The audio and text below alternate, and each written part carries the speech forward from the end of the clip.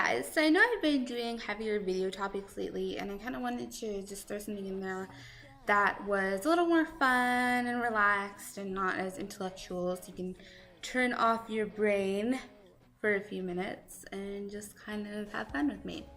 So I decided to do another making history video, and I wasn't really sure what I wanted to talk about this time, but I decided that I wanted to talk about my experience with math, like throughout my entire school career, because I think it's a really interesting thing to examine because my relationship with math itself has changed over time, and I don't really know what to make of it. So I want to start by saying that when I was in elementary school, I was a math genius. I mean, I wasn't like super amazing, but I got A's in math. I was good at math. I actually also went to a math competition when I was in like 5th grade. And I really enjoyed math. I didn't really find it difficult. I thought it was pretty easy, straightforward. It wasn't like my favorite subject, but I was good at it and it was all good. And then when I got to middle school, I really stopped caring about like academics and my schoolwork, and I really wasn't intellectual at that point. So one of the only points in my life that I really wasn't interested in intellectual issues of any type. And so I just didn't really care about school, and I didn't really care about my math classes. I was just like, whatever, I'll just do the work and get a B and whatever. And by do the work, I mean like put in minimal effort. Because in most things, it's really easy for me to just like put in minimal effort and still get like an A or a B, because school has just always been really easy for me and it hasn't been challenging enough, which is often why I would go on and like do my own learning projects on my own, because I found them to be more intellectually stimulating. I stopped caring about math, and I actually had really shitty math teachers when I was in 6th and 7th grade anyway. So if you add in not caring and also having shitty teachers, the equation is not so pretty. So then once I got into 8th grade, I actually was advanced in math though, because I started algebra in 8th grade. And algebra, at least here in the United States, is a class that you take in 9th grade. But because I was advanced, I took it in 8th grade, so I was like a year ahead in math.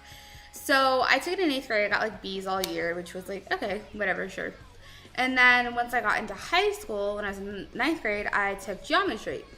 And I did not really do well in geometry. I got like 1 C, and then the other quarters I got B's.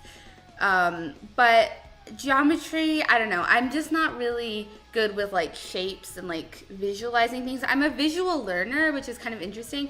I learn by reading or watching, but looking at shapes and like trying to figure out math with them and kind of see how they align and congruency and all kinds of stuff like that. My brain doesn't like it. It doesn't compute. It's like, we hate shapes.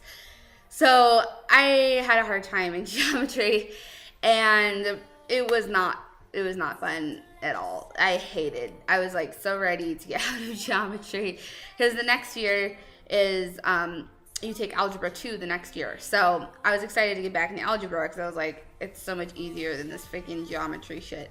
So then when I went into algebra 2 the next year, my school also they do it like, you do algebra 2 trig. So you do like 3/4 of the year, you do algebra 2, and then the last quarter you do trigonometry.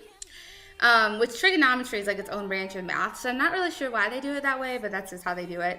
And I actually did really well in algebra 2 all year, and I had an awesome teacher, like the best math teacher I probably ever had in my entire life. I had when I was a sophomore in high school taking algebra 2 trig, and she was great, and she loved me, and I loved her, and she just was such an engaged teacher. She was really passionate, and she really, really, really cared about the students, you know. And it was just amazing to see that, and I just absolutely loved her. And plus, she was fucking awesome at teaching math. So, you know, it's like win, win, win, win across the board. So I had a great experience with her. Then when I was a junior in high school, that's when I started taking all college classes. And I signed up for college algebra because I was having a lot of confidence. You know, I had just come out of a great year of math. And I thought, you know, why not? Like, let's just do it and see what happens. And so I signed up for that. And I started the class, and I just really wasn't getting it. I had a really shitty teacher. I've talked to other people at my school who have taken classes with her, and they agreed that she is shitty. And I just like was lost. I was lost from pretty much day one. And I was really trying, and I was studying, and I even went to the tutoring center, and I was getting like C minuses on my tests.